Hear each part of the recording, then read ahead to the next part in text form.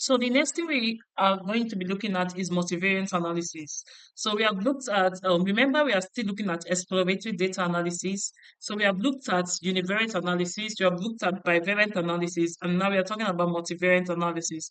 Now, when we talk about multivariate, as the name implies, it means more than two.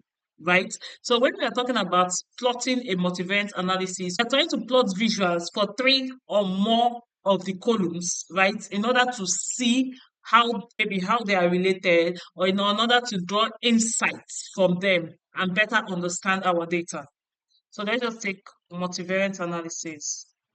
So for multivariate analysis, we are just going to plot a heat map, okay? So we are going to plot a heat map to actually show how all these columns are eh, to actually show how all these columns are related, okay? How they are related to one another to calculate their correlation. Now, to do that, what we have to do is calculate, calculate, let me just increase this for better view. Calculate the correlation matrix.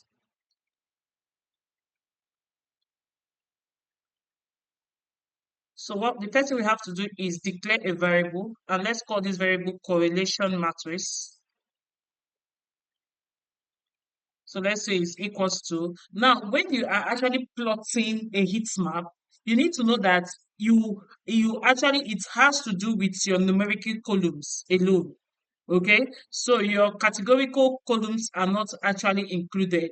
So heat map deals with numbers, so it has to it heat maps deals with numbers, so it has to just be your numerical columns alone. Okay, so I remember that we also extracted the numerical and categorical columns. So instead of using our main data frame, which is DF, we'll just go ahead and use the numpos, which is the data frame for the numerical columns.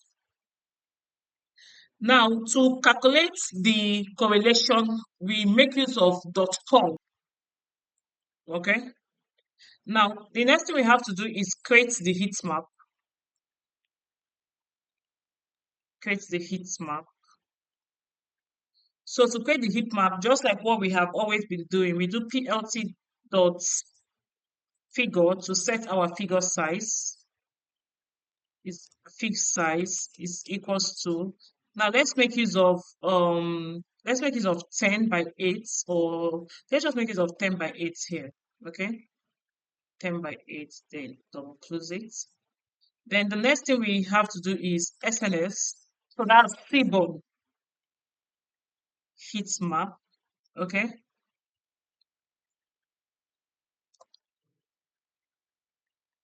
Correlation underscore matrix. Okay. So this correlation underscore matrix is actually this here. So let's just copy it and paste it to avoid.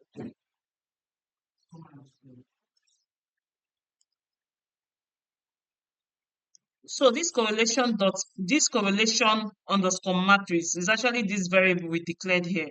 So let's just copy it and paste it.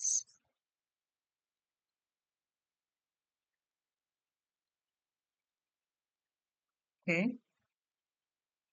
So let's escape the structure. Right down. See. So okay, let's use 2F. Then same up. This for the color. Cool. Let's use cool. Okay. Then oh, then let's see equals to true. Zebra.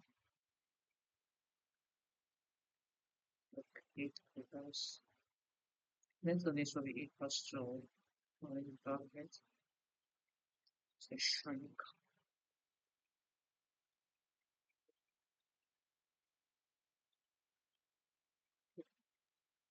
And 8.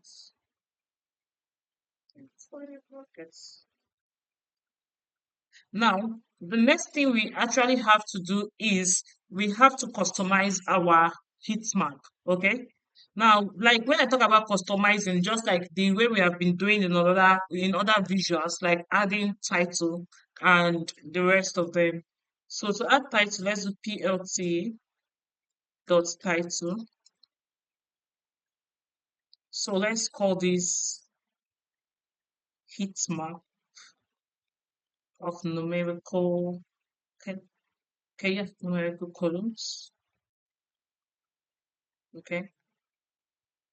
Now the next thing we can do is let's fix our layouts. PLT dot site. So this is we actually use this to prevent clipping. Layout. Then let's see what we have done. PLT dot show. PLT dot show. Now let's run this and see what we have done. Okay, its map was never closed. It's never closed. Okay, I think we have to close this. Then let's run this again. Positional argument. Now let's review this again. Okay, correlation matrix. This is correct. Okay, correlation matrix is correct. Then this is also correct. So this should have space between this one is again. Yes, it's giving us the same thing. Let me see. Okay, now this is where the error is coming from. Like I said, we keep figuring this out together. All right, so let's this it doesn't matter. Okay, now let's wait for it. I think it's working out. Okay, we figured out another error. Wow, got an answer. Okay, you see, so this square here is pet improperly. Okay, it's not this square. We did not spell this square properly. So let's just go up and we spelled that score. Okay, now let's run this again to see. So as you can see, we have actually successfully done this right now. Okay, we have successfully done this right now. We have successfully plotted our heat map. Okay, now I will create another video where I will actually show you how you actually read a heat map. Okay, so now if you see this now, it's showing us 1.00000 to infinity, right? Now there's a way we can correct this. All we have to do is come here and put a dot. Then let's run this again and see what it gets. Okay, as you can see, it has been corrected to just two decimal places. All right. So, like I said, I will make a different video where we actually do heat map reading. But before then, let's just look at this.